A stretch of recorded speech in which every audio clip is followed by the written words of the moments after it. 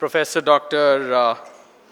Prabuddha Ganguly, Professor Dr. V.K. Unni, and my friend Prashant Reddy.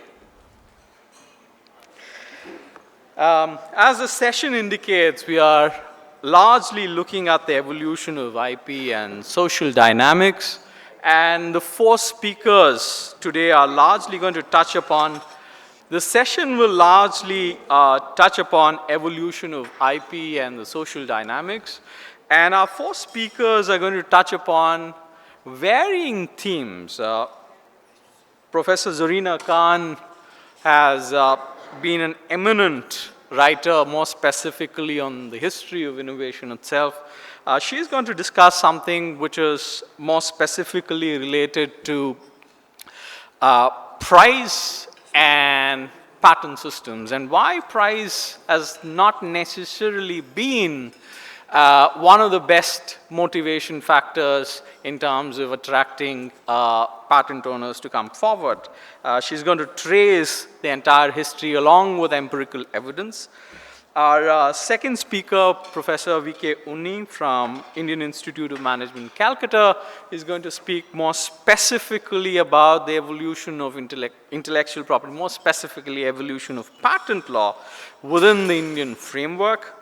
And my friend Prashant Reddy is actually going to touch upon the policy frameworks and the changes that have happened within the Indian patent system. And lastly, Professor Prabuddha Ganguly is actually going to speak about the haves who've invented and the need for innovations. How is there a mismatch somewhere here, right? And he's going to connect the session to the second session that's going to start after lunch. May I now invite Professor Zarina Khan to begin with us. Thank you very much. 2 days ago, I was in a little village called Abaneri. How many of you have been to Abaneri? It's just west of Jaipur. And the reason why I went to this little village was to consider a Chand Bauri, which is a stepwell that had been created over 1,000 years ago. And this stepwell was quite astonishing. It combined geometry, mathematics, and technology as a way of accessing water. Now, when we observe this stepwell, it is very thought-provoking. It makes me think, what was the United States at the time this stepwell was being built? And the United States, of course, had not even existed at that time. We had some interesting discussions this morning investigating the sources of economic growth and the reason why some nations are rich and why some nations are failing. And I think that this question translates into a very big question, which is, why not India? Why the United States? So I'm supposed to tell you about my research, and it's clearly impossible to summarize 20 years of research in 15 minutes. But we economists are never deterred by the merely impossible. My research deals with the sources of innovation and long-run economic growth. I focus on the United States because, of course, the United States is now the global industrial leader. However, in 1820, the United States was just an undistinguished former colony of Britain. Basically, a banana republic without any bananas. So how was it that the US overtook Asia? How was it that the US overtook Europe and became the leader in the world economy? So I have 2 books that examine this question that we can think of why the US, and the flip side would be why not India. The first is called The Democratization of Invention, Patents and Copyrights in American Economic Development. Now, yesterday we had some discussions about the democratization of data, and I am looking at a particular form of democratization, which is of creativity, both patentable creativity and copyrightable creativity. In my first book, I show that European policies were vested in a top-down, undemocratic approach. institutions were based on the belief that valuable contributions were more likely to come from elites, from highly trained scientists, engineers, and very wealthy, influential people. Europeans deliberately tried to deter contributions from the working class and from relatively disadvantaged groups. Now, the US followed a very different growth model, and one that was innovative in the whole world at the time. This bottom-up model was one that was dramatically different. And I feel that the modern knowledge economy had its start when, for the very first time in world history, a patent clause was included in the US Constitution. The US patent system encouraged contributions from all aspects of society, and I was very intrigued this morning by the discussions of the honeybee societies, because this was very much the American model. It encouraged ordinary artisans, women, children, and even economists. Now, this is one of my favorite patents. It's a patent that was filed by a woman, and it combines a seesaw and a washing machine, so that when the children played on the seesaw, the clothes were immediately washed. Now, this is a sort of innovation that, of course, was very valuable for hardworking women, but you might think that an elite administrator would have a very hard time coming up with such an idea. So it was just the sort of initiative that the US tapped into, the creativity of ordinary people who had the best sense of what would be important and useful to them. As endogenous economic growth models show, the scale and diversity of this population of potential innovators and useful ideas critically mattered. As we can see from the very first, Americans linked universal access to basic education and incentives for useful inventions. The emphasis was not on scarce inputs in science and engineering, or on supposedly radical technical discoveries. The focus was on small, incremental inventions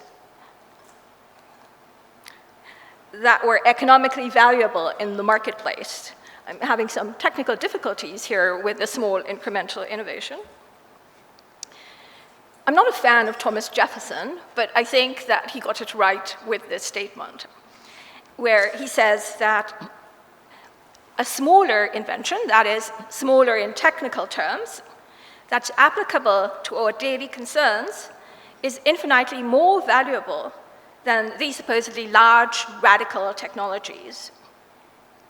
In short, technological progress and economic growth in the US were promoted by open access institutions, by decentralized markets in ideas, and by rewards that were aligned with productivity. What I mean by that is that if you created something that was valuable in the marketplace, then you would gather all of the rewards from the people who were benefiting from your idea. Whereas in Europe, you got rewards if some elite or some committee member thought that you were worthy. Now, my second book, which I finished last week, I will pause for some applause. It was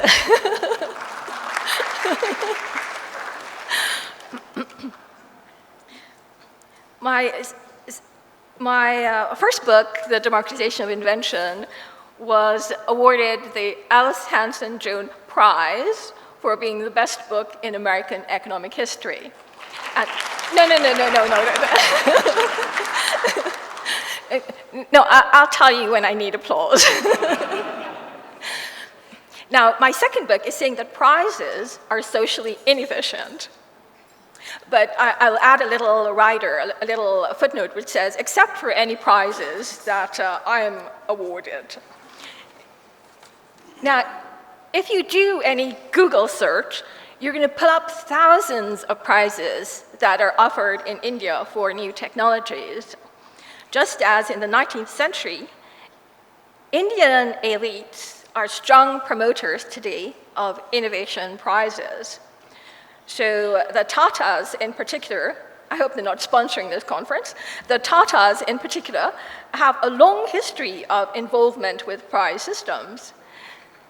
JRD Tata competed for a prize that was offered by the Aga Khan, and I immediately add the Aga Khan is no relation of mine. You can see this is Zinia Tata, who was the president of Google X Prize in India. The Mahindra Industrial Group are offering prizes for disruptive innovations, and by that, I think they don't mean the seesaw that will wash clothes. They will mean something like self-driving cars. I mean, I was driven in Delhi yesterday, and I can tell you, no self-driving car is going to survive the Delhi traffic. India has even asked the World Intellectual Property Organization to foster innovation through prizes. However, these policies are justified by a few random anecdotes drawn from history. You know, they might cite the Longitude Prize in 1714 in London, or some obscure prize that was offered in France. And these unrepresentative stories are what are driving these very important policies, stipulating that we should have prizes rather than patents. No one pays any attention to the facts about how prizes actually worked, and the numerous failures are usually ignored. So here we have an Indian team was launching the 4th private moon mission, involved in the Google Lunar X Prize, and then over there, everyone ignores the fact that the X Prize ended with no winner, so the X Prize actually failed. Instead, they're going to focus on the 1 or 2 things that seem to have succeeded and say, well, prizes work, we should have prizes. So my new book, Inventing Ideas, provides a systematic empirical analysis of comparative institutions and incentives for innovation. The results are based on a detailed assessment of over 150,000 patents and prizes from Britain, France, and the United States. So these are my data. You can see that they come from the US, they come from England, from France. Some of these are private prizes, some are government-sponsored, and overall I have about 65,000 prizes and over 100,000 patents. And I've matched up these data with information on the individuals who were involved in the inventive activity. So I have information on the social backgrounds of these inventors, their wealth, their age, whether they worked in groups, and so forth. Now, I distinguish between markets in ideas and administered systems. And administered systems I define as arrangements where economic decisions about values, rewards, and the allocation of resources are made by administrators or panels. So you see the idea. If you have markets in ideas, it's very decentralized, where only the person who has a valuable idea is going to get a reward. Administered systems are top-down. You have some panel that's going to say, this is a good idea, and we should award some money to this idea. So you can think of administered systems as including private innovation prizes, and also state enterprises or state committees that give out awards and grants. Now, this word monopsonistic, people often talk about patents as monopolies. And a monopoly is a situation where you have one seller. So the patentee is the sole seller of the idea. And because of this, it's said that patents are not efficient because it grants monopolies. But what they fail to realize is that when you have alternatives to patents, such as prize systems, these prize systems are what are called monopsonies. And I'm not going to ask if anyone knows what a monopsony is.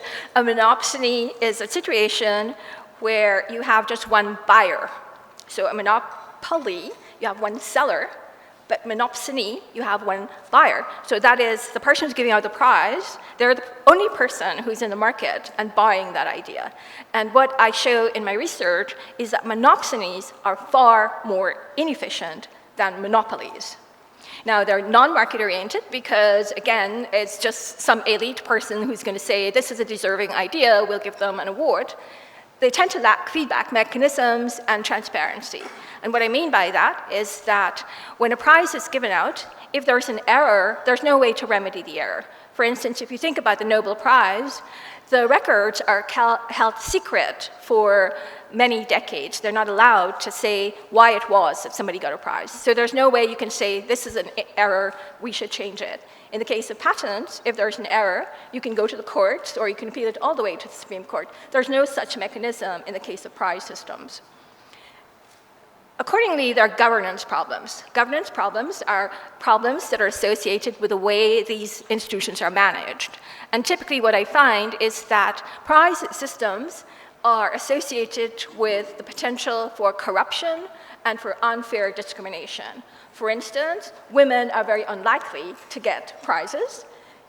I've shown that statistically. And also, poor people are unlikely to get prizes because they're not connected with the right sorts of people. Now, European innovation policies favored such administered systems involving elites. How well did these administered systems work to induce or encourage technological change? Well, this isn't a murder mystery, so I can tell you the end of the story, and that is they worked very badly.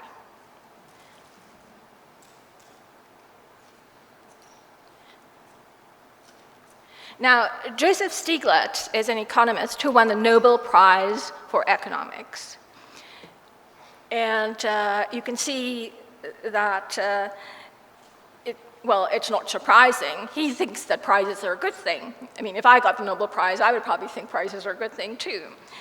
He claims that prizes are more efficient and more equitable, that means fair, they're more fair than patents. He points to the example of the Royal Society of Arts in London and says that that evidence shows that what he's saying is correct. Well, I actually know, I hate to be immodest, but I actually know a lot more about the Royal Society of Arts than Joseph Stiglitz ever could. I have spent months in their basement going through their archives, data looking like that. I've traced through all of their account books. Now, what's interesting with the Royal Society of Arts is that they offered thousands of encouragement prizes to inventors. The society prohibited prize winners from applying for patents. Now, this is really important because if we had a situation where you could get both a patent and a prize, then we couldn't identify the independent effect of prizes or the independent effect of patents. But the Royal Society of Arts data are really valuable because they said if you got a prize, you could not get a patent. So then we can see exactly what prizes do without this sort of muddling affair coming from the patents. So this leads to the effect where you have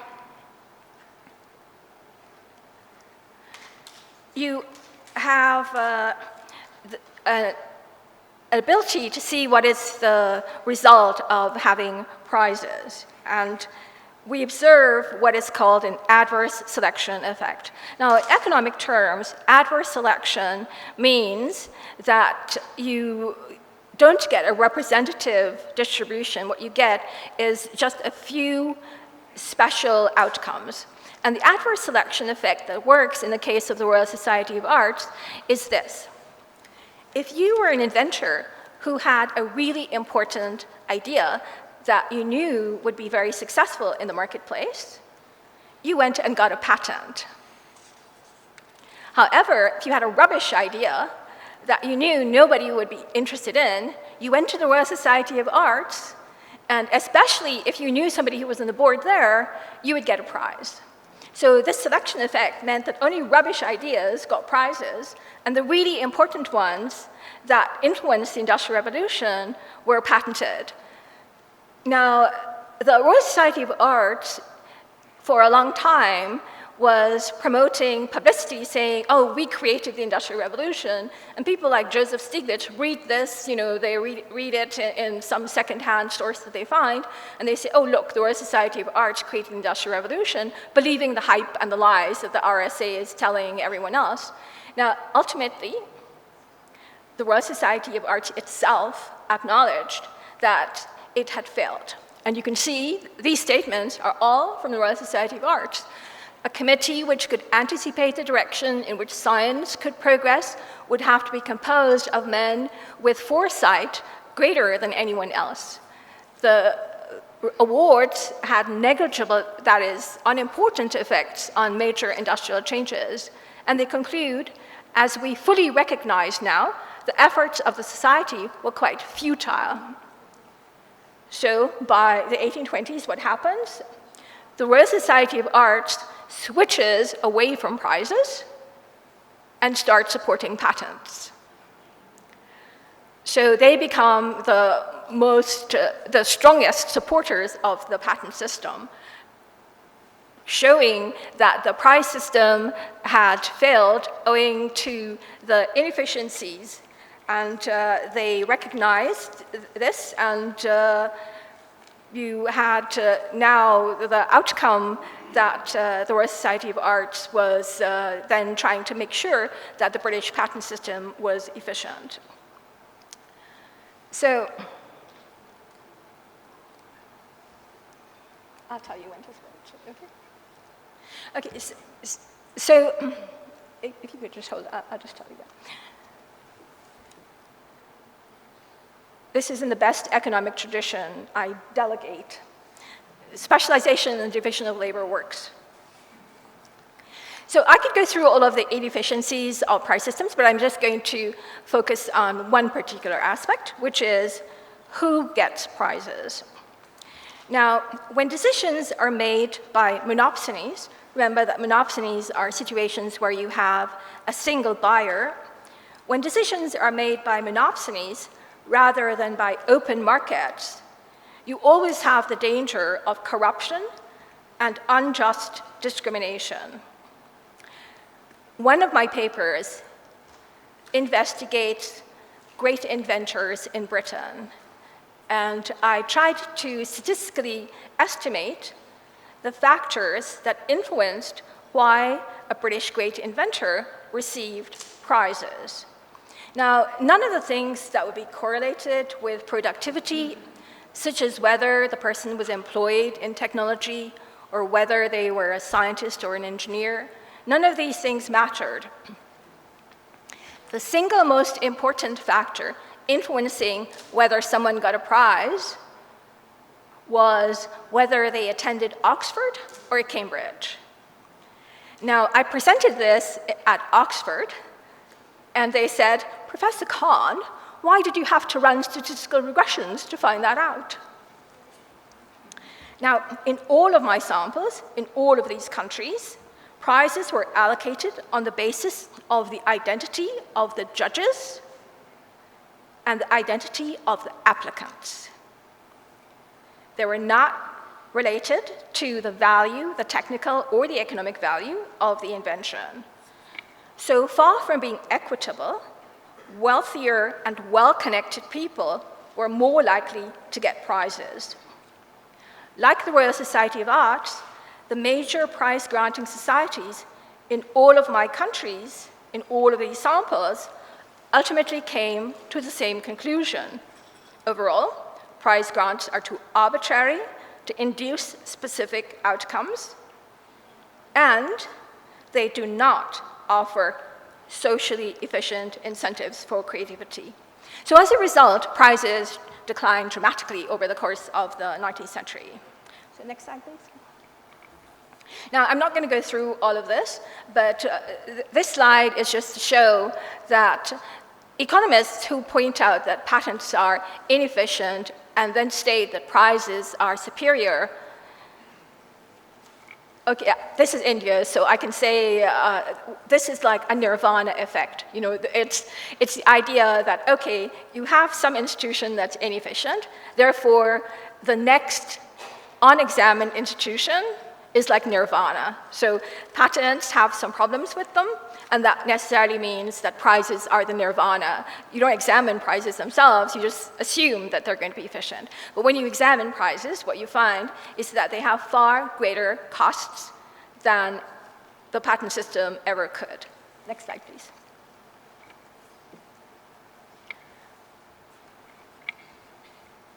So patents and market. I mean, people stress this idea of patents as monopolies.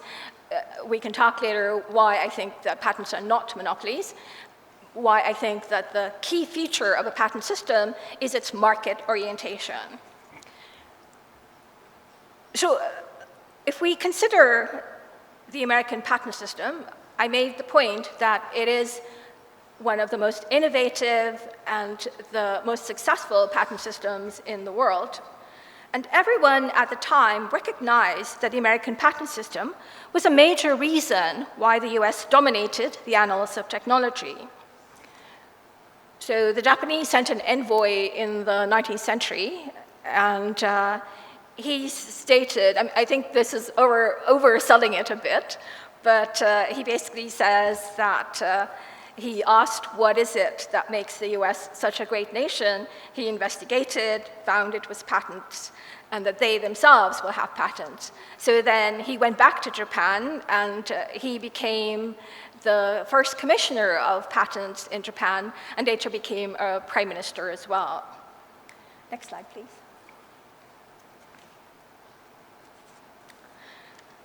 So my research emphasizes the market orientation of the US patent system. And I think this is the major reason why technological innovation increased so dramatically in the United States. Patents offered strong incentives for creativity to everyone in the population. These efficient markets for ideas quickly became global. So by the middle of the 19th century, you had companies like Singer, Singer, the sewing machine company. Well, they became global multinational companies buying and selling patent rights throughout the entire world. And this is a major reason why these multinationals started dominating the global economy. It's because of these markets that were transforming not just the United States economy, but the economies in all other connected countries. Just as in all markets, the market for patents allowed for price discovery. What that means is, through patents in the market tells you what is the right price for the idea. In a prize system, some overlord will say, oh, we'll give out $1 million for the self-driving car, whereas the seesaw will probably be thrown out and not get anything. But in a market, the market is going to decide what the right price is. So this is called the price discovery function of market. It offers accurate incentives for innovation and for the efficient allocation of resources.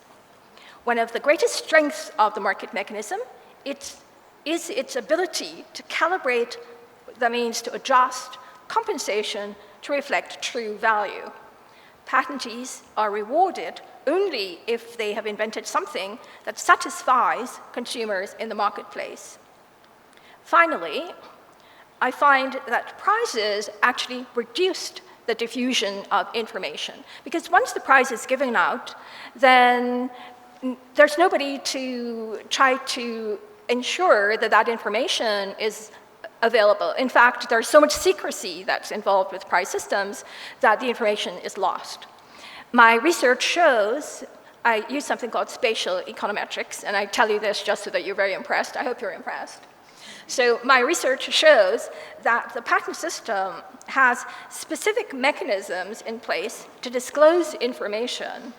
And as a result, patentees created positive knowledge spillovers. That means it didn't just benefit them, it benefited all other inventors who had access to that information that benefit everyone in society. So let me conclude. Ordinarily, people say, let me conclude, and then they ramble on for 20 more minutes. I'm just going to ramble on for 1 more minute. So let me conclude.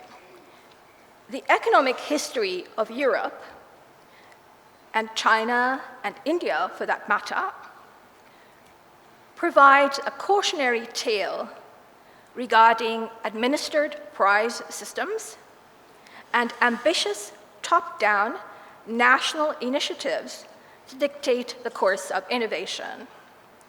As The Economist notes, would-be entrepreneurial governments typically end up pouring money down rat holes. The world is littered with imitation state-created Silicon Valleys that produce nothing but debt. The central characteristic of the American model has always been its faith in the creativity of ordinary individuals and decentralized markets in ideas. The patent system shows that the most effective incentive for productive change is failure in the market.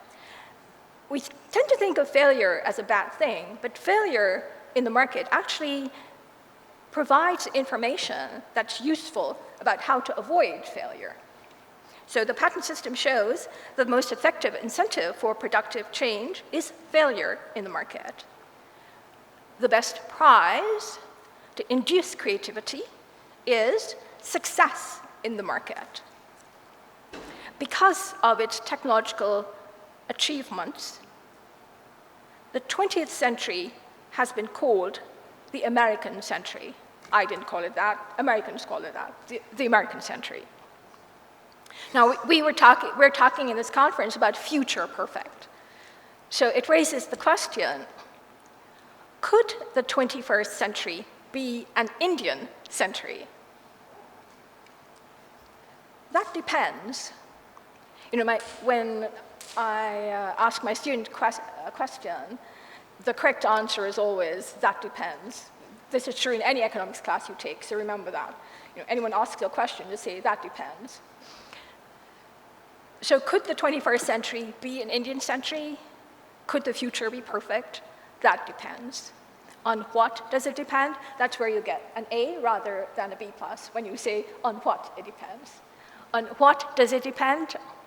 It depends on the extent to which India learns lessons from the economic history of innovation and enterprise. Thank you.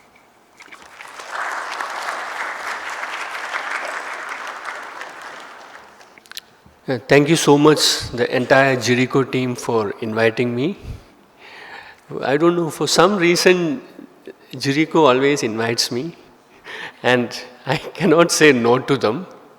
And this particular session, when they called, I was initially perplexed, and I was also not sure whether I'll be able to reach here.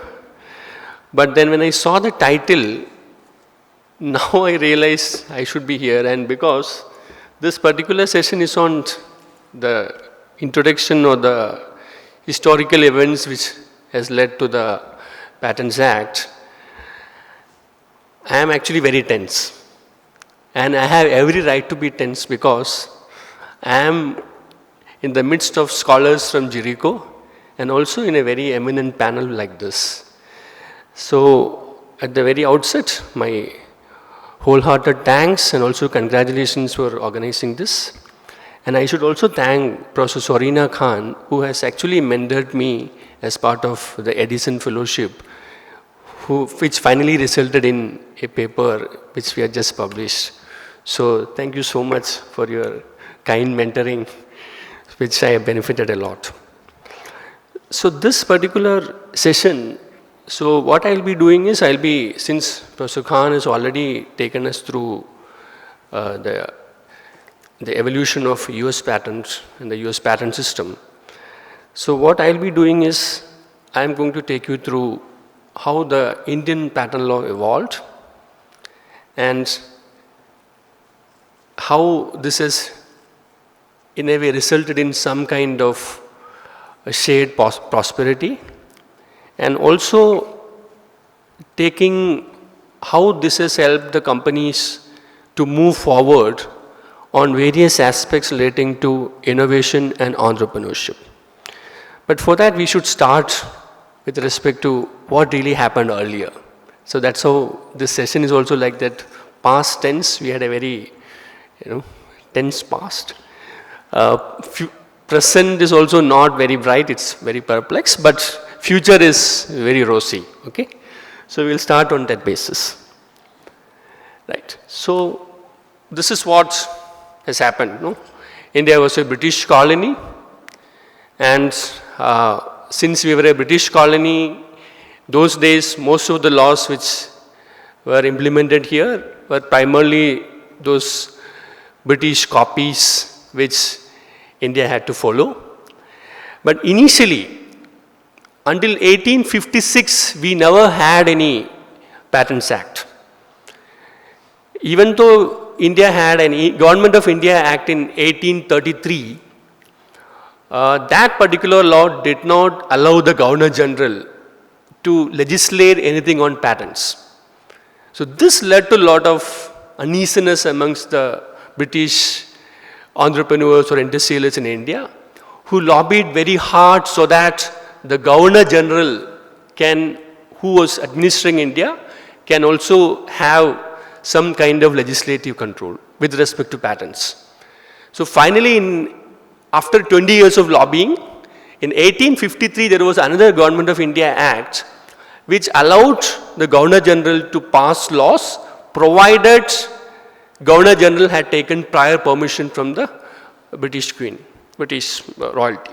Okay, so on that basis, in 1856 we had the first Patents Act, which was called the Exclusive Privileges Law, which granted a 14-year monopoly, similar to what we have now. But unfortunately, what happened was, in 1856 itself, it was pointed out that Governor General had passed this law without taking permission from the British government, the Queen there. So because of that, in 1857, this law was repealed. Because of a procedural error, this was repealed. But this particular law had actually provided for certain things like novelty, as well as how to evaluate novelty. All those things were actually provided as part of the British law. For example, with respect to 1856 law, the assessment of novelty was only with respect to India. Even today, I think US follows that. 102 talks about only local use, which means only US use. So same thing. So they only followed with respect to prior art was primarily restricted to India. And secondly, importers of an invention was granted exclusive privileges in India. This in a way helped a lot. So a lot of importers will try to bring in a lot of technologies which were famous in the Great Britain. So that might have helped.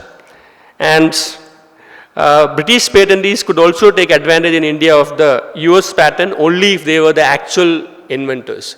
So the initial days, but I told you this law was repealed in 1857. In 1857, they took prior permission and then they passed the law. But this was more or less biased towards the British patentees. And there what they said was novelty will be construed with reference to India and UK or Britain. And importers were not given any exclusive privileges unless he's a British patentee. So which in a way prevented any kind of or disincentivized any kind of importations to India, because nobody will simply import technology because of this restriction. So those kinds of things were there in 1856 to 1859. And subsequently there were some changes happening, and finally, as Mr. De Broglie was talking, we had the Patents and Designs Act in 1911, which in a way brought in the patent system to India, because from 1911 onwards, the Indian Patent Office or the Patent Office was established in India, and they started administering the system there. Okay. So the 1911 Patents Act, what it did was, it was trying to bring in a concept of intra-British Empire priority system, wherein if an application was filed there, for the next 12 months, any subsequent developments in India is not going to impact it. So this continued for some time. And in 1947, even when India got its independence, the problem was we didn't change the law. And this particular law provided for all kinds of patents, including pharmaceutical product patents. And you know, in 1947, when India became independent, even though the country was advanced with respect to certain areas of technology, like steel and all, thanks to Tatas, the people who owned this hotel, in certain areas like chemical or even pharmaceuticals and all, the country was lagging really behind. And this led to a lot of issues when it came to healthcare systems or failure of healthcare systems. Yeah. And finally, what happened was in 1948 itself, I think 1947-48, the new government appointed a committee under Justice Tegchand to look into the patent system, which was the 1911 UK Patents Act, and suggest changes so that it can be made conducive or it can be made amenable to India's interests. So the first official report dealing with or which considered the ways to move to a patent system, which indigenous patent system, is the Justice Tegchand report. And one aspect which I would like to highlight here is, Professor Khan was talking about the US patent law, which was drafted in, I think, 1790. That way, India also has a similarity. Indian Patents Act, the indigenous law is 1970. One was 1790, ours is 1970. So there is some kind of similarity there.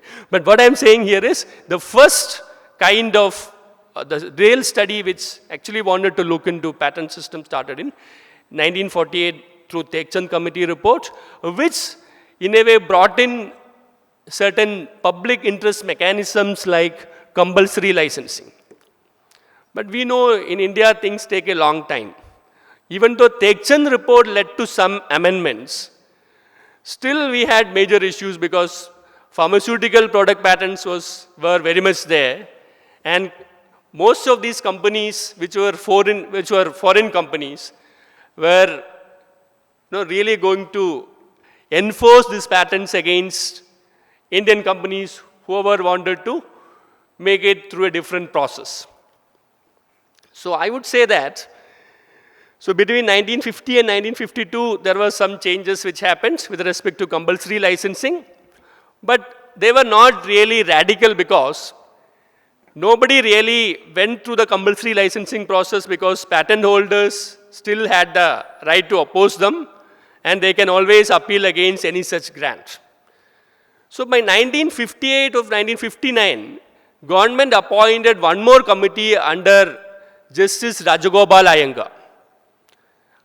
If Thomas Jefferson is the father of US patent statute, we can all say Justice Rajagopal Iyengar is the father of Indian patent law. Because if you move forward from 1970 onwards, at each and every sphere, be it commercial, be it the legislative, be it the parliamentary, be it the judiciary, be it the policy making sphere, in all these spheres, the impact of Justice Rajagopal Iyengar is very, very visible, is very much visible. You can see that. Many a times the patent office refuses the patent application even though it could have been granted by invoking the writings of Justice Rajagopal Iyengar. Even many of the principles, some of them which are still there in the Patents Act, which might be construed as anti-TRIPS, I mean local working requirements, they are still there, but we still attribute it to the public policy goals set by Rajagopal Iyengar. So Justice Rajagopal Iyengar, or that particular report, I think it's 350 page report, you should read that. And in 1959, when there was no internet, when there was no Control-C, Control-V, how he actually wrote such a report with such in-depth knowledge as well as in-depth kind of analysis of various patent systems. Unfortunately, even though the report was more or less done by 1959 or 1960, we again took another 10, 12 years to enact that. So another 10 years were taken for India to pass it. 1970 Patents Act was passed, but the rules were ready only by 1972. So what happened was that another 12 years we wasted, and in between there was another important case which happened before the Bombay High Court, which also resulted in a lot of public anger against the patent holders. It's a case between Hest and Unicum. I would like to call it as the Indian Roche versus Bollard, because Roche versus Bollard in US led to the Hatch-Waxman. So it is like a similar Indian Hatch-Waxman. So in 1968, the patent holder could successfully enforce against an Indian company who wanted to produce a anti-diabetic molecule. And this led to a lot of public anger as well as uproar against the patent holders.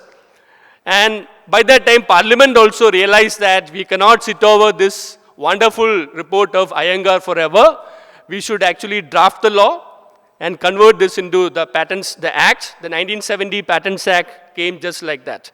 So these were the primary points which he focused upon. One was to accommodate India's fledgling technological advancement and industrialization. I told you at that time, though India was, one of the study was saying that India was the 14th industrialized nation that time. I'm talking about 1940s.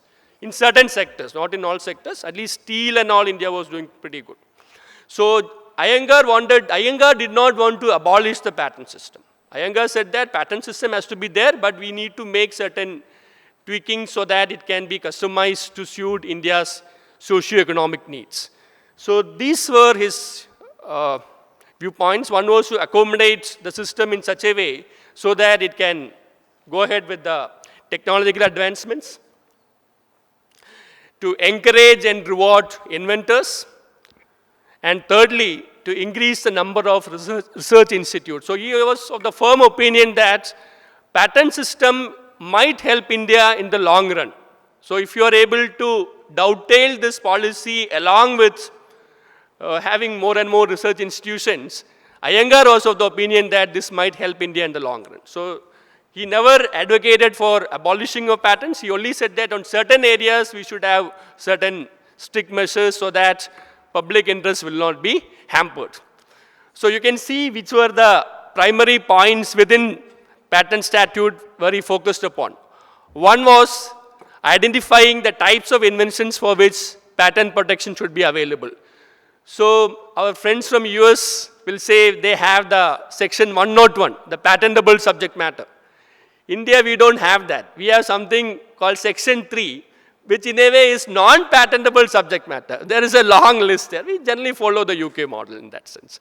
So there, many of the things which we have added was again inspired by the Iyengar report, wherein he was very clear that this should not be used by multinationals or companies just to come here, make profits and just keep on importing things and harm the Indian industry. So he always was of the opinion that the patent system should in a way at the same time helping the real inventors to commercialize and make money. It should not be at the cost of Indian companies or companies, especially with respect to healthcare system. So second was determination either to prohibit the granting of patents to foreign entities. So he found out that you cannot say that a foreign entity cannot get a patent in India. And the statistics at that time showed that in 1947, by the time India got independent, only some 1,000 applications or something was filed. 2,000 applications were filed. So this particular report finally became the law. And for the next 20, 30 years, the Indian industry, especially the pharmaceutical sector, did very well. So the next 20, 30 years, but all good things will have to come to an end. And the end really happened through India joining the World Trade Organization. So when India joined the World Trade Organization, as TRIPS was one of the first attempt in human history wherein IP was formally linked with trade and was made part of the entire WTO framework, India could not have stayed isolated. Even though India tried to put up a fight along with countries like Brazil, Argentina and all, in 1991, we suffered a major economic crisis wherein we had to send our gold. We couldn't even service the loans, so we were almost on the verge of default. Remember, we are not like Greece. Greece and all European Union will pardon them. We don't have anybody to support. So we had to actually send our gold abroad. And in 1991, because of this crisis, India, which was actually the rallying point, along with Brazil and Argentina, lost its economic clout. And when your economic clout is really not there, your power to ask for reforms is also very much less. So this, in a way, led to some kind of softening of stance, and India finally agreed to change some of those statutes, or at least a patent act, wherein we had some major issues. But in the process, we made sure that all the countries, especially the developing countries, got a 10-year extension period. Some of them got even 20 years, least developed countries. So one was on the patent. I would say at least there are 5 areas where India had to change. One was having a uniform term of protection for all kinds of technologies. Earlier we only had 14 years. Now patents is for 20 years in all fields of technology. Second is with respect to reversal of burden of proof in the case of process patents. Earlier for pharmaceuticals, we never had product patents. We only had process patents. Even there, the complainant or the plaintiff had to show that the defendant was using their process, which is extremely difficult because in many cases it will border around trade secrets.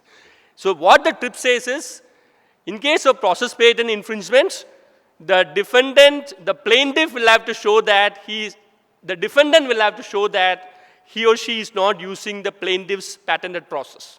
The third is with respect to certain kinds of compulsory licensing or certain things like licenses of right. And all those things we have complied with. And also now we have patents for all fields of technology, including pharmaceuticals. But one area where we haven't complied with is local working of patents. Even today, if a patent is if the need for a patent is only met by importation, even today that's a ground for compulsory licensing and subsequent revocation. There we haven't changed. We have not. So somebody may say that your patent law is not fully compliant. In a way it's true. But there was a case against Brazil filed by United States.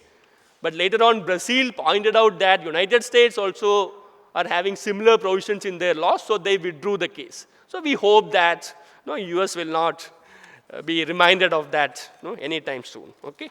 So now let me I know my time is just hardly 1 more minute to go. I will just try to say how this is playing out on ground, in the real economic system there. Since we had a 30-year kind of honeymoon kind of, where many of these companies were able to go and reverse engineer, they actually develop certain skill sets which can even be taken to higher levels. I am going to give you one simple example. There is a company called AbbVie, which is a spin-off of Abbott. So AbbVie had invented a molecule called adalimumab, which is used to treat rheumatic arthritis. Its brand name is called Humira. It's very costly. Per month in US, it's something like $6,000. So they had filed in many of the patent application was filed in many countries where AbbVie thought that the countries will be having the technical capability to reverse engineer. They never considered India. So in India, there was no patent application being filed. 2013 or 14, an Indian company called Zydus Cadila developed a biosimilar with the name Exemptia, the same molecule. But AbbVie cannot do anything against that because the patent application was not filed in India. And the only thing which Citus Cadilla's team now had to find out is in which all countries AbbVie did not file the patent application. So in all those markets they can sell. Of course, the patent is also going to get expired very soon. But what I am saying is those 71 to 1972 to I would say 2000, that period gave a lot of skill sets to Indian companies. I would say 50-60% of them actually are using this to move up the ladder. So this is already happening. This is, in my opinion, which is the prime element of shared prosperity. So if I am able to get 200 for this particular medicine for $300 per month, in a way it's going to come down and help many people at the higher end as well as the lower end. So this, in a way, acts as something called as the shared prosperity. Thank you so much. I'm sure you're all waiting to hear the next speakers. Thank you so much. So this is all for me. Okay, thank you.